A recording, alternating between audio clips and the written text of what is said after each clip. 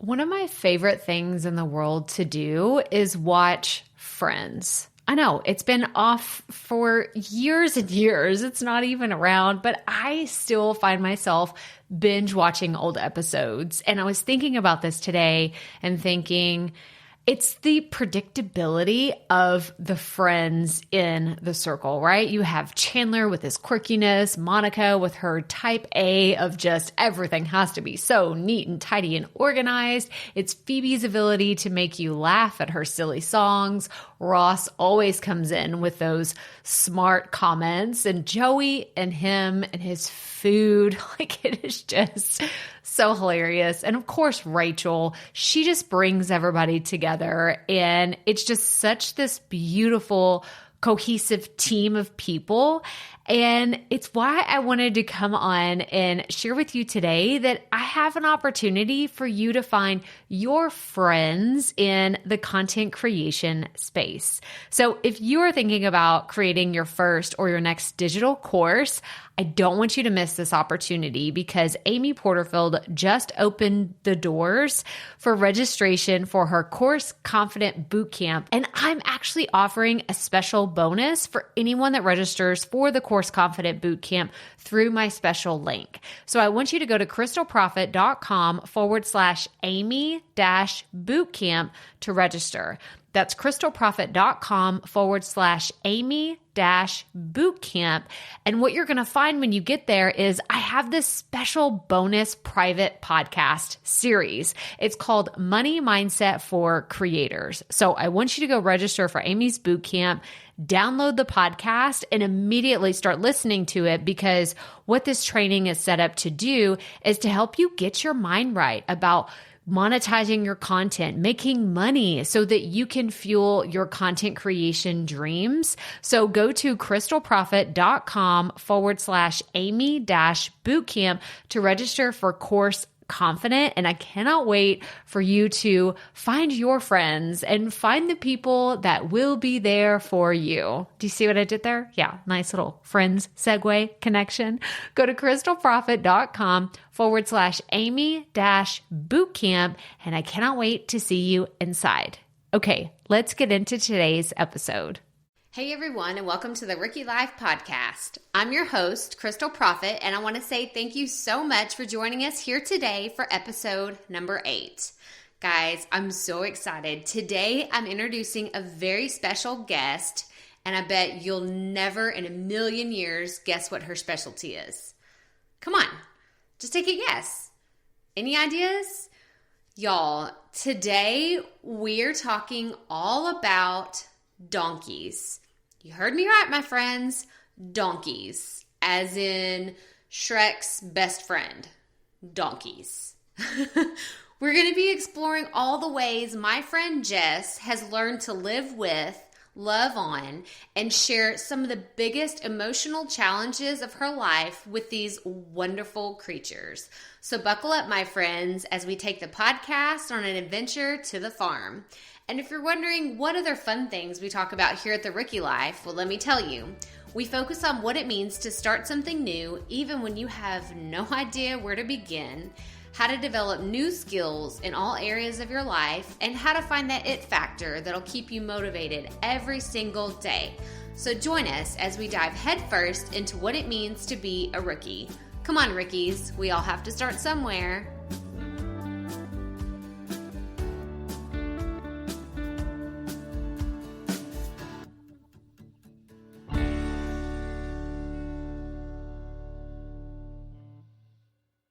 Hey rookies, and welcome to episode number 8. So I was trying to figure out a way to start the introduction to this episode, and I thought, well, what better way than to tell you how I met today's guest. So I went to a writers conference in the Dallas area last October. It was one of those spur-of-the-moment things that I decided, hey, I have to go do this. I had been working on a children's book that my oldest son, Noah, and I had written back in 2015. It was sitting in a shelf somewhere, and I pulled it out and said, you know what, I'm really going to look into this. So I started doing some research online to see if there were any children's book things that I could go to in our area.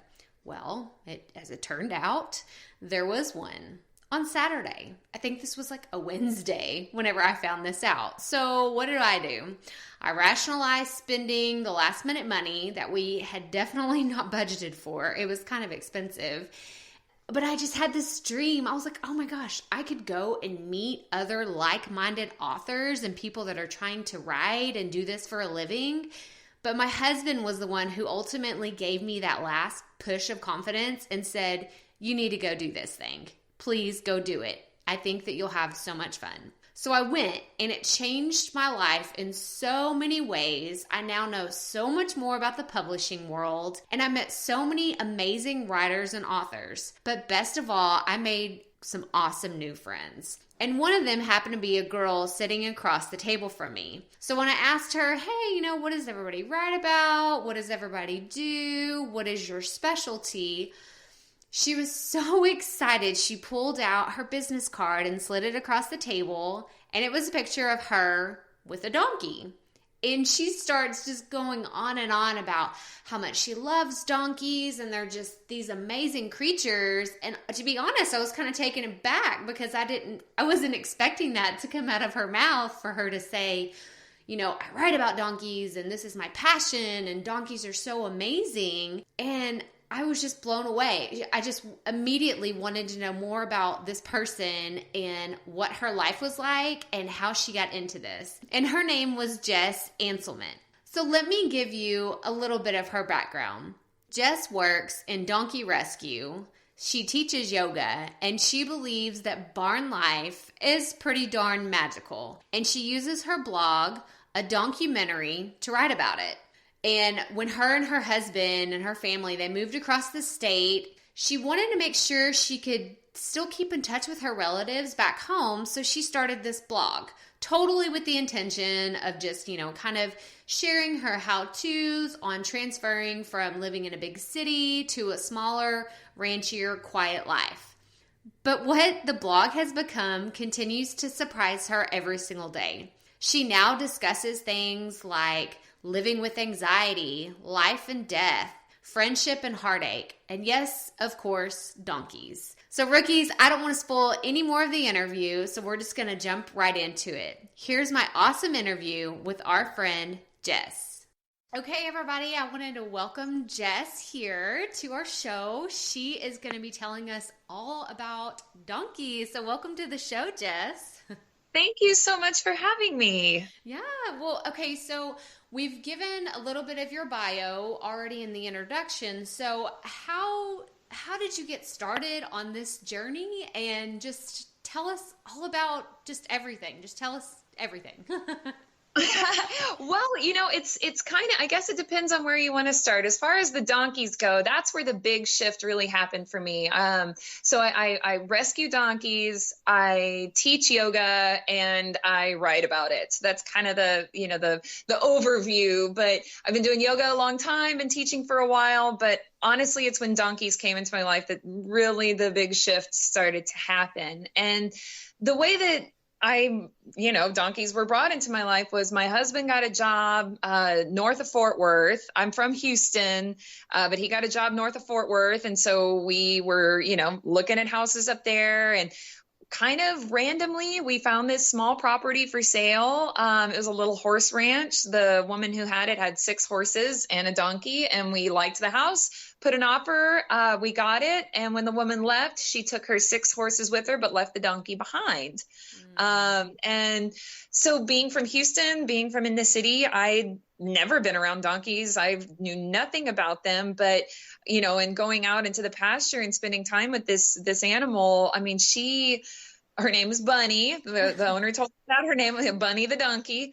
She's just the most amazing creature I've ever been around. I've had dogs my whole life, and she was like a really big, calm, dog. I mean, she was just, curious about me and affectionate towards me. And, at the time I had a 4-month-old, baby with me, and she was unbelievably delicate around him. And my husband and I were talking, it's like, well, do we find another home for this donkey, now that we've bought this place? And I'm like, I think we should keep her. Like, let's see if we can do this. And so we start, Google how to take care of a donkey, because we had no idea. And so one of the first things you find out in donkey care is that they don't do well on their own. They thrive on companionship. And so we found an adoption center not far from us and adopted a little mini gelding, which is a castrated male, a little mini gelding to be her companion. And after that, we have kind of this common saying in the donkey rescue world that donkeys are like potato chips. Like, you can't just have one or two. That's so cute. I love that. Yeah. So we fell victim to the curse, but honestly, I can't imagine life without donkeys now. Oh my gosh, that's so awesome. Okay, well, so like you said, you had no idea about donkeys when you got started. I have no idea I think I've been around one like once or twice whenever I was around horses, like you said. So what is kind of their temperament, as far as I know? You said the Bunny, that's so cute. She's very calm and just very chill. So are they like a pet? Like, as far as, when you call their name, do they come to you? Like, how does that work? I guess once you know them better, I don't know. Yeah. No, that's a really good question. And honestly, I get that question a lot now that I'm involved with donkeys, because, there's this sort of common misconception that donkeys are, stubborn, or they can be mean. A lot of times when I tell people that I have donkeys, they're like, oh, aren't you worried you're going to get kicked, or, whatever. And they have this reputation, this sort of, negative connotation reputation when you think donkeys. But the thing about them is they're highly, highly intelligent, and they're very complex creatures. And so, they each one is going to have their own personality, but they're loyal. I mean, very, very loyal. They're, once they have your trust, or once you have their trust, I should say, once you have their trust, I mean, they're like dogs. They'll follow you around the yard. I know mine, I have 3 donkeys. They'll come when I call their names. People can train them to do all kinds of things. They're, way back in the day, donkeys were, work animals. And, it was because of them that the entire West was even able to be built, because they're these, beasts of burden. But no, I mean, they really are. If you can gain their trust, which a lot will depend on the background, and I can talk, more about that, kind of what we see in rescue, but, if you can gain their trust, you have a friend for life. Yeah. They're funny. You can they have senses of humor. They play with things. They can get cheeky. They can have attitudes when you're not doing what, they want you to. I mean, they're just these really highly intelligent, complex creatures that I don't think people realize, just how intelligent they are. It's remarkable. Well, I love that you feel this great connection and this personal connection, but I'm sitting here thinking about, okay, well then how does it work in the donkey world as far as rescues go? Because do you not want to get too attached to them? Like, how does it work? Like, does someone just call you and say, hey, we found this donkey, someone abandoned it, similar to y'all's situation, with the property and land, and then do y'all just go pick it up? Or what is your role, I guess, with the rescue? Yeah. So the rescue that I'm involved with is called the Peaceful Valley Donkey Rescue. Now, late last year, I actually moved. And so my involvement right now, I'm not fostering at present. But we have locations all across the country, which are called satellite adoption centers. And they get shipments of donkeys as they're available. And those donkeys, they serve as foster homes until those donkeys are placed in their forever homes. And it's a similar, anyone who's in this, in this sort of a role with donkey rescue, it's very similar to people who, foster dogs or foster cats, in that it is hard to not get attached, because they're just such amazing creatures. And they're not just a number out there in the field. They're a personality, and they have their quirks, and they have, their things that they like, and you learn all about, who they are. But the way you can look at it, and I think the way we all sort of look at it, as the more donkeys that we can get into loving homes, the more that we can rescue. Mm-hmm. And so it's bittersweet. I've had a couple when I was up and running as an adoption center before I moved, which I hope that one day in the future I'll be able to get up and running again. It's just my facilities aren't exactly where they need to be yet. But there were a few that I had that I fostered for a little while that were hard to say goodbye to. But the other really cool thing is, pretty much across the board. I mean, we're very, we vet our applicants, and, we want to make sure that, because so many of these donkeys have been through so much already, we want to make sure they're going into safe and loving homes. And more often than not, the people who are adopting do a really good job of keeping in touch with us and letting us know how they're doing. And, right. Yeah. And so I'm Facebook friends with a lot of my adopters, and we share photos. We'll get Christmas cards with donkeys and Santa hats. And, for the most part, people who have, done their research and, know about donkeys and, know about, how serious, the rescue, how serious we take this and how much we're pouring into the donkeys. For the most part, people are really good about keeping in touch. And so it's easy then, because we know they're going to loving homes, and we know that they're going to, live happily ever after. And so that makes it not so hard to have to, say goodbye. Yes. Well, and I'm picturing just little, like the photos that you just said, like little cute families that, they're a working animal, they're like, hey, because I know my mom in particular, when I told her about what you did, and this is when we first met, and she lives in Springtown, and I know you were not far from there. Yeah. And I told her, and she was like, oh my gosh, I want to go get a donkey. I'd never even thought about, having one as a pet, because you don't see it very often. And I think it's such a cool concept. And when we first met, and for those of you that don't know, I might have mentioned this earlier, but Jess and I met at a writer's retreat, basically for children book authors. And she said, okay. And she was like, can I give you my business card? And she slid it over, and she said, I write about donkeys. I said, what? Because it's just not something you hear about. And which is why I wanted to speak with you, because this is just such a unique situation, but I love the passion and the insight and just how much energy you have behind it, because I can really tell that you love what you're doing, and that's so important.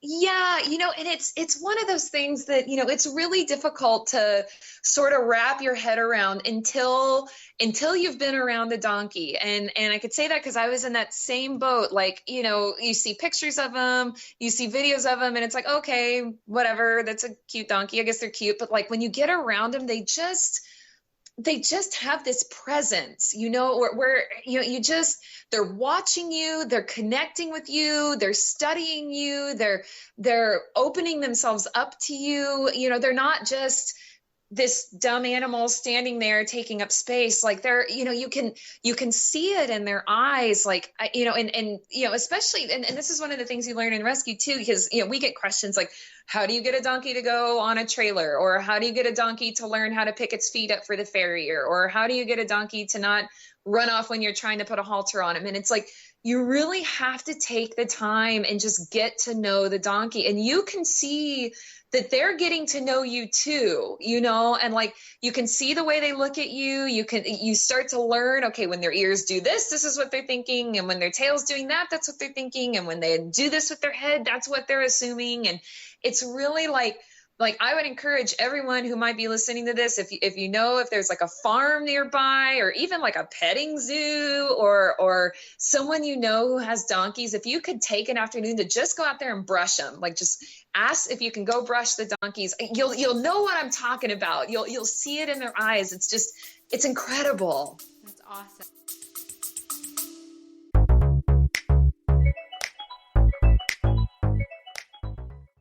Being a woman in business comes with its own unique set of challenges, but also so many opportunities. We get ahead by leaning in to what makes us different from business as usual. I'm Samantha Hartley, host of Profitable Joyful Consulting, inviting you to a special 6-episode series exploring the experience of being a woman in business. You want to hear from women consultants who've hit $1 million, who sell 6-figure engagements, or who've broken their own revenue ceilings? Yeah, those are my clients, and they'll be sharing too. Join me for 6 must-listen episodes that tackle key challenges for women consultants. Follow Profitable Joyful Consulting on your favorite podcast app. I love it. Well, and because you mentioned this earlier, I'm going to say this. Like, I absolutely love the pictures that you share on your blog and on social media, because the lighting is just great. I don't know if you go and edit that or what, but the lighting is just, everything looks, and you said this in your bio, actually is just magical. And you can see the character just in the pictures that you take, and I love you can just see the love in your eyes and in their eyes. So how has working with them brought out different aspects of your personality? Well, that's a really good question. So I have to back up even more here, because what your listeners, I mean, if they go to my blog, they'll probably learn this pretty quickly. But if they don't, I struggle with anxiety really, really profoundly. I have my entire life. When I think back to some of my earliest memories, they were anxious memories. It's just something in the chemistry of my brain, and it's something I've had to learn to live with. And one of the things that donkeys, and again, like, it's so funny, every time this comes out of my mouth, it sounds crazy, but it's the truth, that there is something about how deeply present donkeys are that pulls me into the present. And so let me clarify. So some people meditate in order to be present. They sit there and they focus, or they say, an affirmation, be present, or they go for a jog, and the jog is what helps them be in this moment, or they focus on their breathing, and that's what helps them be in this moment.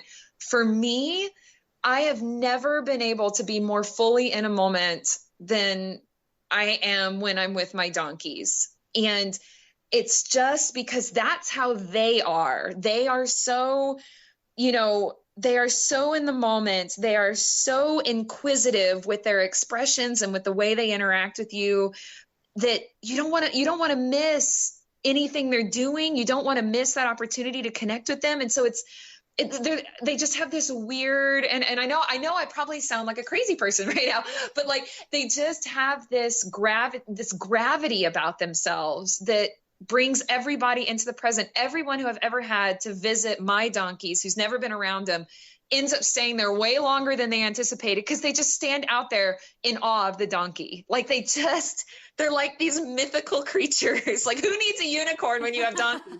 Like, they just have this presence about them. And so anyway, to kind of come back to your question, being with the donkeys, spending time with them, working with them, being out on the property with them, being, with my kid with them, being there with my husband with them, they help me manage my anxiety. If I'm on the cusp of a panic attack for whatever reason, all right, I just need to go out and I need to work with my donkeys for a little bit. So go out there, do some breathing, work with my donkeys, walk around with them, brush them, see what they're up to. Oh, suddenly, what was my panic attack about? I don't really remember. And, it's, that's been just, it's always surprising to me. But always, it's the most amazing thing. That's awesome. No, because I'm sitting here thinking of, personally, if the same thing were to happen to me, if I just start feeling overwhelmed, then I'm like, okay, I need to work out, or I just need to sit down and take a deep breath. So that's like your deep breath and meditation. I love that. It makes sense. It totally makes sense to me. And for anyone listening out there, like, if you have no idea what we're talking about, then you haven't really found that thing that calms you down, because I totally understand what you're saying. Yeah. And that's something that, as a yoga instructor, I've been doing yoga for a long time. And I actually, back in 2013, I was still working a corporate job. And I quit my cush corporate job to teach yoga full time. I was, I thought, if I don't try this now, I'm never going to try it. I took that terrifying leap. And oddly enough, here I am 5 years later with absolutely no regrets. I'm still teaching yoga. It's, of course, at that time I didn't have the donkey thing, but, yoga is a really, it's an important tool for the management of my anxiety too. But in any of my classes, so many of my students are like, oh, I can't really do yoga, or yoga's too hard because I can't calm down, or the squirrels in my mind are moving too quickly, or, I'm too busy headed, whatever, blah, blah, blah. And I get that. Oh my gosh, do I get that? That's why yoga is never, oh, now you're a yoga master and you never need it again. Yoga will be always a practice. You're always practicing it. And I know when I'm teaching and we get especially into the meditative part, I'm imagining being out with my donkeys. Like, that is my tool. That is my meditative tool. It is the thing that I have found is always will work for me. And so it's, in whether it's donkeys, whether it's running, whether it's yoga, whether it's chopping vegetables in your kitchen, or, digging trenches, or, whatever it is, like it's so important to find that thing that brings you present. And the donkeys have done that for me. And I did, being someone who's so anxious and has had kind of this weird roller coaster life so far, I didn't realize how much I was missing out on because I was worried about what's going to happen tomorrow, or regretting what happened yesterday. I wasn't being present. And that's where, when I said that the donkeys were a game changer for me, it's because I never knew what it meant to fully be present until I was around them. And if I had one hope for every single person in this world, it's that they find that thing that when they're doing it, or when they're around it, or when they're thinking it, they're right there. They're right there in that moment. Because what's life but that, Yeah, that's so well said. You just said that so complete. I could have not have said that any better. So thank you. Thank you for doing that. No, because it just, everything you said just completely, it was like a puzzle piece, like fitting together. It just makes sense. And it's good to know, like you said, if you have students in your classes that are saying, I can't find that, I like to hear that I'm not the only one. On some days when it's just chaos and overwhelmed, and you feel like, oh, I'm the only one whose brain is just like blah, blah, blah, blah, blah, blah, like crazy all the time. It's like everyone struggles with this. So I'm so glad that you shared about finding the thing that helps you. Yeah. And, and realizing it, and it's funny because yoga as the way I've always, as the way I've always taught it, not always the way I've done it, because, it took me, I've been doing yoga a long time, and it took me a long time for it to start to make sense to me. But, yoga is just one big metaphor for life, right? Like, everyone can try and do what's called, for example, warrior two pose, but, not everybody's feet are going to be the same distance apart. Not everybody's shoulders are going to be able to support up that long. Not everyone's spine is going to look exactly the same. You want to do it in a way where you're not going to hurt yourself, but at the same time, like, just because someone else's warrior two looks different than my warrior two doesn't mean that I'm not benefiting as much from mine as they are from theirs. Like, we're all on our own path, and we're all trying to succeed, and we're all, trying to do our best, and it's not going to look the same. So I don't know that there's many other people out there who donkeys will be their meditation, but maybe there will be, maybe there won't. But the point is, like, to find it and to not stop until you do, and to not compare with other people. My gosh, like, if my warrior two isn't as deep as that person's warrior two, that doesn't mean I'm not as good of a yogi. And by the way, side note, I always tell my students that there's no such thing as being good at yoga. Like, because I'll get people come in and they're like, oh, I'm not good at yoga. And it's like, well, neither. What does that mean? Does that mean you can't like touch your toes? Who cares? Like, what matters is you're here, and you're respecting yourself and loving yourself, whether or not you could ever touch your toes. It doesn't matter. It's just you're unplugging, and you're taking this time for yourself in what I think is a world that moves way too fast. Like, you're slowing down, you're trying to be present. And in your quest to be present, find that thing that really pulls you present. Donkeys or whatever. No, I love the metaphor for life with yoga, because that just, it totally clicks. It's not a I'm right, you're wrong mentality. It's, hey, you're on your own path. I love that. It's so good. It's so good. And it's cool because like we can all be on our own path. We can all be doing our poses in the way that works best for us, but we can all be together and breathing the same air in the same room. It's like this, this being individual while also all being individual together, like we can all coexist. We all breathe the same air. We all walk on the same ground. Like, so we're all together in this, but we're all doing our own thing too. And it's just, you start to realize like how complex things are and how we can all work together, but be ourselves, and we should all be. And anyway, I digress. That's great. No, it's good.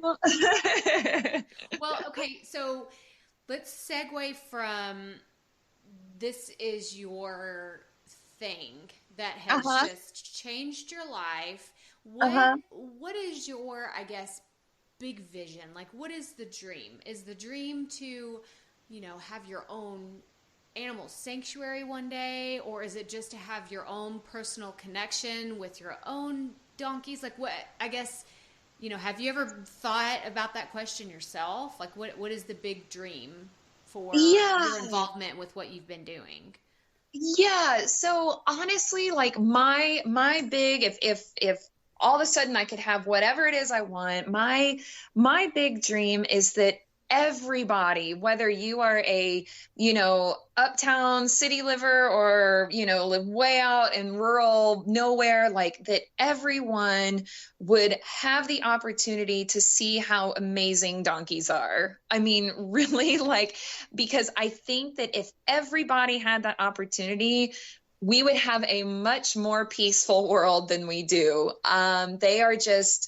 They are like the representation of everything that can go right in this world and also everything that has gone wrong. When it comes to rescue, often we see, donkeys that have just been horribly neglected, awfully abused, and it's because people don't understand. Now, of course, you're always going to have the really crappy people out there that are going to abuse animals no matter how wonderful they are. Yeah. Let's leave them out of the picture. But we see a fair amount of people who just don't understand. They just don't understand, how complex donkeys are. And if you ever, if you hear about people who abuse dogs, for example, I mean, those people like, oh my God, you abuse dogs. How dare you? Like, and there's a public uproar. There's just not the same about donkeys. I mean, there's a fair amount of people who are, oh, you should never do that, but not nearly to the extent. Let me give you an example. So right now, there's a huge thing that a lot of your listeners probably don't know about, and it's the donkey skin trade.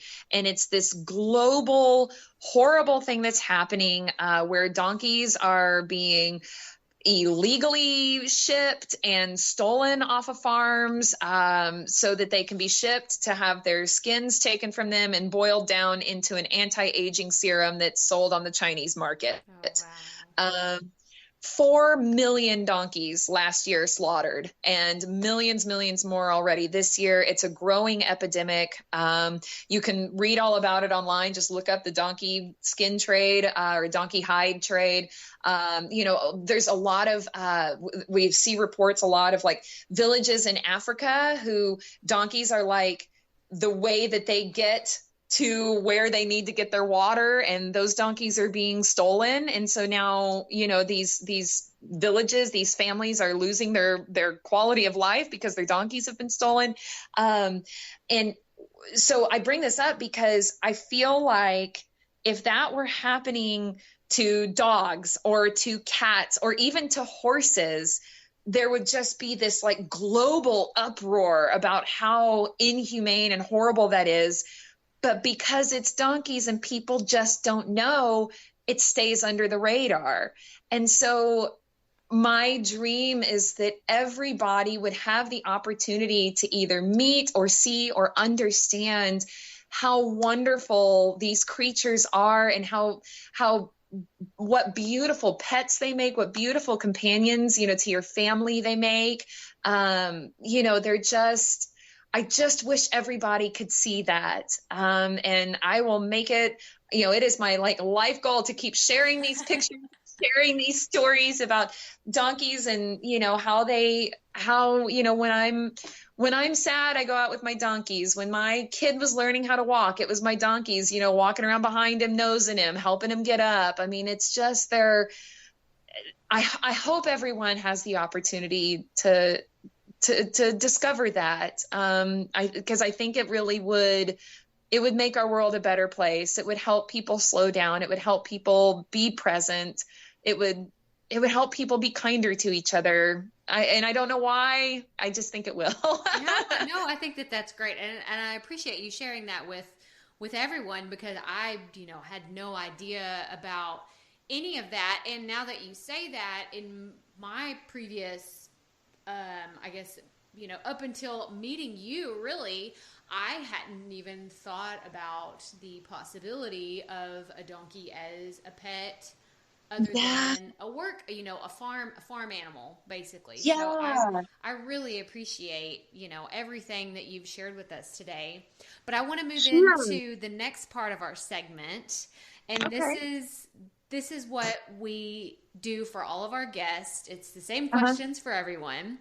And they're just, kind of light and fun. But I get a kick out of everyone's answers to these, because they're all so different, but so the same and very relatable. So the first one is, what motivates you on days when things are super tough? And this, I think I have an idea of what your answer is going to be. Imagine this: like you've spilt coffee all over yourself, like you're running late, you're trying to get your kids to school, and everything's just crazy. So, what motivates you to keep going? Well, it's so donkeys, and, donkeys for sure. But also, I think too, trying to set a good example for my kid. That's a big motivator for me.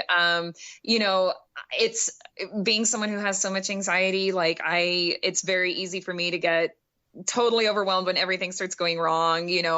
I can't find my wallet. I've spilled my coffee. I forgot to respond to this email, whatever. It's really easy for me to then oh gosh, okay, what am I going to do? And start shutting down in my panic mode. And, I really it's really important for me to try and just remain calm and okay, you know what? This is just a circumstance and it's going to be okay, because that's the example I want to set for my kid, so that hopefully he doesn't become as anxious and stuff as I am. But also donkeys, because donkeys. Say, you're the first one. Yeah, you're definitely the first one that said donkeys. That's it. Yes. Yes. Okay, well, my second question is, do you consider yourself a perfectionist? Oh my gosh. That is actually a really loaded question for me. And I'm going to have a hard time answering it, because my answer is one thing I feel like I am a perfectionist in, is making the perfect answer. So in many ways, yes. In the way that I do my job, in the way that I teach yoga, in the way that I, interact with my friends and family. But let me tell you, no one has a messier car than me. I don't know what it is. I cannot keep my car cleaned out. And I don't know that my clothes ever actually get put away. I think that they go from the dryer to a clean pile on top of my dresser. Then I wear them. Then they end up in a pile on the rocking chair that's too dirty to put away, but clean enough to wear again pile. Yes, I have one of those too. Yes, I know exactly what I'm nodding along. Yes, I know exactly what you're talking about. So yes, it's I feel like I'm a major perfectionist in my communications and in my relationships and in my work. I am not a perfectionist when it comes to where things need to be and if things need to be cleaned up or not. I could probably live out of my car for a number of weeks right now. I love it. So That's awesome. Okay. Well, my last question is, what's the best advice you would give to your younger self? Oh my gosh, that would be the best advice I could give to my younger self would be to not be so hard on myself. I as a, I think back to like my middle school, my high school, even my college years, like I was so hard on myself. If I was kind of a nerdy kid, if my grades weren't good enough, if my attendance wasn't good enough, if I felt like, everyone else was succeeding or figuring out what they wanted to do with themselves and I wasn't, I was so hard on myself. I spent so much time, I was kind of a lost soul, like I tried this, I tried that. I had a corporate job. I had the writing thing. I had this, I had that. And I could never find my niche. And I was so hard on myself for that. And it gave me a lot of insecurities. And, we all have these kind of inner critics that are good to a certain extent, but can be really toxic if you let them take over. And it was toxic for me for a long time. And I wouldn't have been so hard on myself. I like the idea that, we should all be giving ourselves some time. Like a caterpillar doesn't just become a butterfly in an instant. Like it's got to eat enough. It's got to be in its cocoon long enough and then it's got to bloom. And it's like, that might take some people longer than others. But I think what I think now is that as long as you're doing your best with the tools that you have, that's all that you can do. And if your best doesn't look the way that someone else best does, don't be so hard on yourself. Just do your best. And I wish that I would have thought those things when I was younger. I feel like maybe, there were situations that wouldn't have been so tough for me. So just to not be so hard on yourself. Again, like, do your best, of course, don't spend every day just kind of laying around on the couch hoping things come to you. But at the same time, like, be gentle with yourself, be patient with yourself, and just do your best all the time with the tools you have that day, and be confident that that's all you can do. I think that's what I would have told myself if I could have. Oh, that's great. And donkeys. and prepare yourself. Donkeys. Yes. And go meet some donkeys. They're actually, when I think back to being a kid, there was kind of a rural area. I grew up in the city, but there was a rural area not too far from me. And if my memory is serving me correctly, there were some donkeys out in the field there. So yes, younger self, go up to the fence and interact with the donkeys. Well, this has just been awesome. Thank you so much for coming on the show today. But before we go, I want to make sure everyone knows where they can find out more about you and about your donkeys. So can you share with us your website or the rescue that you work with and your social media stuff? Yes, of course. So my blog is, you just go to www.adoncumentary.com. It's just like it sounds. It's funny. I've been saying documentary now for so long that I don't know how to say the regular documentary. Yes. It's so hard for me to say the actual word now. But yes, so www.adoncumentary.com. I've got links to my social media from the homepage on my blog, but pretty much Twitter, Facebook, Instagram. I'm on all of those, and I'm all as a documentary, all one word. And then the rescue I'm involved with, if you want to learn more about donkey rescue, go to Peaceful Valley Donkey Rescue. That's, they can be found at donkeyrescue.org.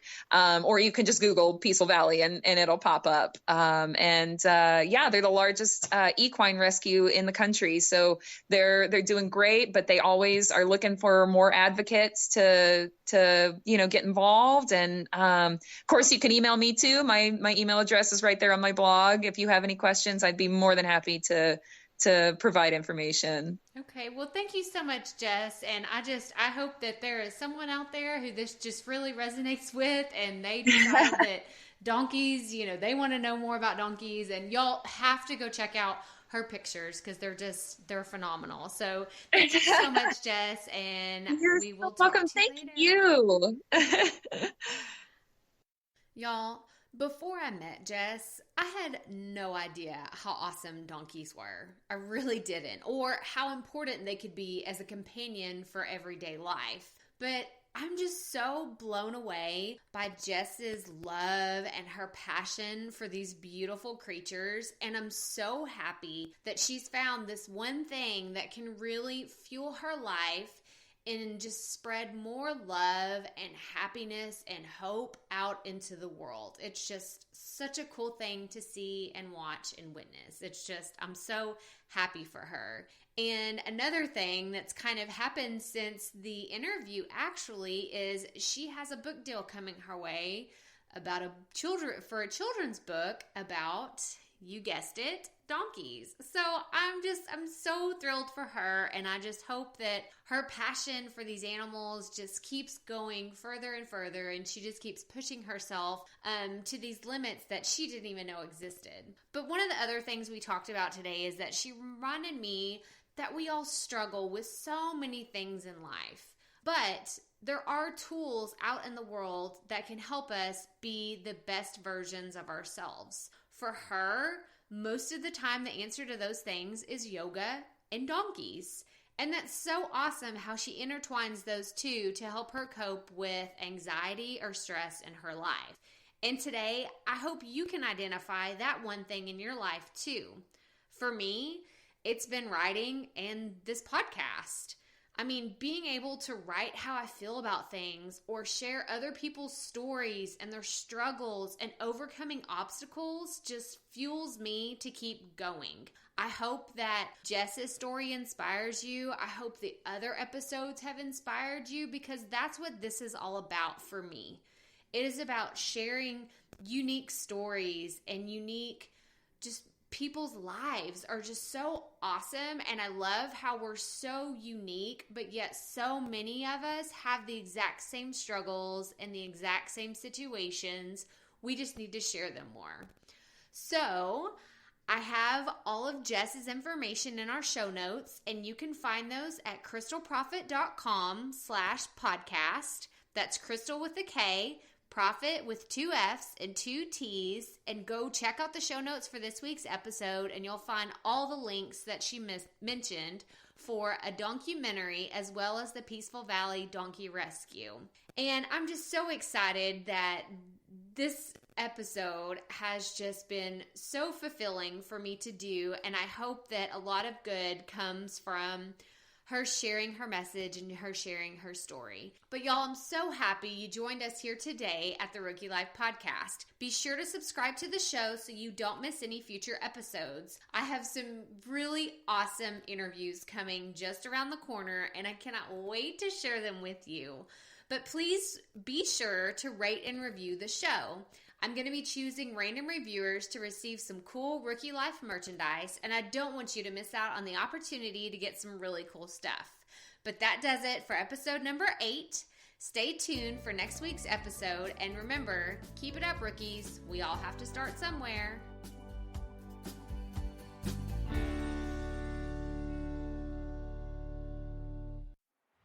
Hey, Profit Podcast listeners. Thanks for sticking around to a little bit after the episode to hear this special message, because I want to hear from you. We are starting a new segment called Fan Mail Shoutouts, and I want to hear from you, and I want to hear your questions. What do you want to know? What questions have you been dying to ask me? So here's how to make this happen. Go to the app where you're listening to this podcast right now. Go there. I'll wait a second. Okay. Now, once you're there, you're going to see a hyperlink at the top of the episode description that says, send Crystal a text message. And that's all I want you to do. Send me a text. It could be casual, informal. It could be totally anonymous. Or if you want, you can include your name and the name of your podcast or content wherever you are creating, and I will give you a special shout out in an upcoming episode. So again, go to the show notes for where you're listening to this episode right now, and it will say, send Crystal a text message. And I cannot wait to hear from you and give you a shout out in an upcoming segment of fan mail shout outs.